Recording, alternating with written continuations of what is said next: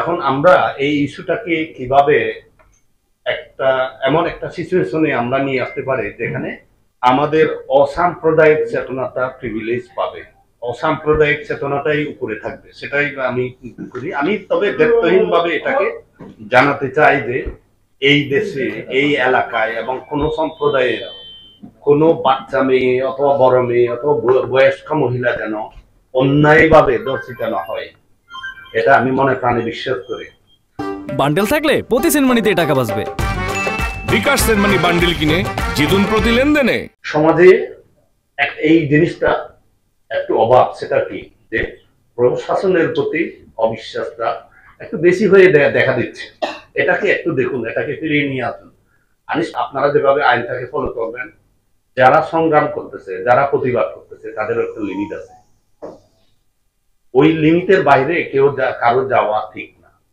Issue ভিত্তিক আপনারা অধিকার আদায় করার জন্য করেন, আপনারা যা ইচ্ছা করেন ইস্যু ভিত্তিক, কিন্তু ইস্যু চেঞ্জ করবেন না যাতে আমাদের সমাজের একটা অরাজকতা সিচুয়েশনটা উদ্ভব হয় অথবা তৈরি হয়। কেউ সুযোগ নেই, এটা আমি চাই না। এখানে আপনারা অনেকেই দায়িত্বশীলতার কথা বলেছেন এবং আমি নিজেও বিশ্বাস করি আমাদের একটা দায়িত্বশীলতা থাকা দরকার। 18 বছরের কম মেয়ে যেভাবে বিবাহিত হতে পারবে না বা বিয়ে করতে পারবে না, ছেলেটাও বিয়ে করতে পারবে না, একইভাবে আমি এটাও মনে করি 18 বছরের কম ছেলে মেয়েদের স্কুলের বাইরে যাওয়া ঠিক না, তাদের স্কুলের ভিতর রাখতে হবে। এই দায়িত্বটা কি আমি পরিবার থেকে নেব নাকি স্কুল থেকে নেব, এটা নিয়ে আপনারা চিন্তা ভাবনা করুন। বাট আমি বলবো যে স্কুলের অথবা শিক্ষা প্রতিষ্ঠানের একটা দায়িত্ব থাকা দরকার, তার ছেলে মেয়েগুলো অন্তত 18 বছরের আগে যাবে না। 18 বছরের পরে অন্যান্য দেশে যেভাবে প্র্যাকটিস হয় আমাদের দেশেও একই প্র্যাকটিস হয়। তারা যদি যাইতে চায় স্কুল নিষেধ করতে পারবে না, বাট এটা ডিপেন্ড করবে হচ্ছে পরিবার থেকে, তারা দেবে কি দেবে না, এটা আপনি দেবে, তখন স্কুল কোনো কিছু করতে পারবে না। বাট যাদের কম বয়সী তাদের প্লিজ একটু এখান থেকে করে নিয়ে আসুন, বের করে নিয়ে আসুন। সবচেয়ে খারাপ দিক ছিল এই এলাকাগুলোতে। তাও তো ওই আমাদের তো আমরা সংগ্রাম করি নাই অনেকের মতো। হয়তো বলতে পারে যে দালাল বলতে পারে, আমার দালাল শুনতে আমার কোনো অসুবিধা নাই। কারণ আগে নিজেকে এস্টাবলিশ করতে হবে যে একজন মানুষ কোথায় গিয়ে দাঁড়াবে, একজন ছেলে হোক মেয়ে হোক। আমার নিজের ছেলেকে আমি কি পর্যন্ত নিয়ে যেতে চাই, অস্ত্রধারী তারা যেখানেই থাকুক, যে মুহূর্তেই থাকুক, যেভাবেই থাকুক, যে ঘটনাটা ঘটেছে পরশু দিনে, এটা তাদের টলারেন্স ছিল বলেই আজকে অন্যরকম ঘটনা ঘটে নাই, ওখানে অন্যরকম ঘটনা ঘটতে পারত। এই দায়িত্ব কে নিত তখন? এই দায়িত্ব কি যারা এই যে বিভিন্ন জায়গা থেকে অচেনা অজানা ছেলে মেয়েরা এসছে, এই দায়িত্ব কি তারা নিত? তারা কখনোই নিত না। সুতরাং এই যে আমরা যারা বাবারা আছি, মারা আছি, সমাজে ধর্মীয় গুরুরা আছি এবং অন্যান্য যারা আছে, আমাদের একটা দায়িত্ববোধ থেকে এই কাজটা করে যেতে হবে যে দয়া করে এই কাজগুলি করবেন না। একটা লিমিট আছে, ওই লিমিট থেকে ক্রস করা যাবে না।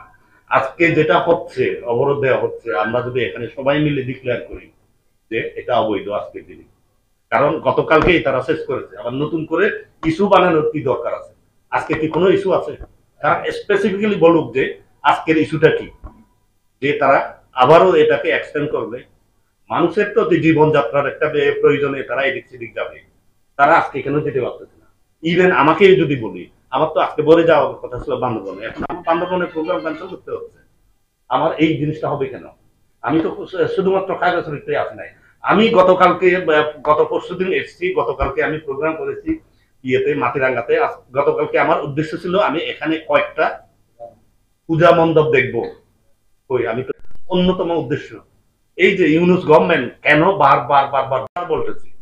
অ্যাপার্ট ফ্রম দ্যাট, দেখুন আমরা এই ধরনের গতকালকে এবং আজকে যদি এই ধরনের ঘটনা ঘটে থাকে, তাহলে বলবো যে আমরা কি ইলেকশনে, আমরা কিন্তু অলরেডি ইলেকশন মোডে চলে গেছি। আমরা এখন ইলেকশন ছাড়া কোনো কিছু চিন্তা করছি না।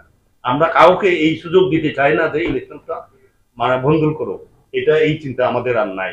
আমরা অলরেডি ওই লাইনে হাঁটতেছি যে ইলেকশন করবোই আমরা ফেব্রুয়ারির মধ্যে, মাঝামাঝির মধ্যে। সুতরাং ওটা যদি সে চিন্তা করেই থাকি, আমার এখানে আমার যদি আসতে হয়, আজকে কয় তারিখ? আজকে 29 তারিখ।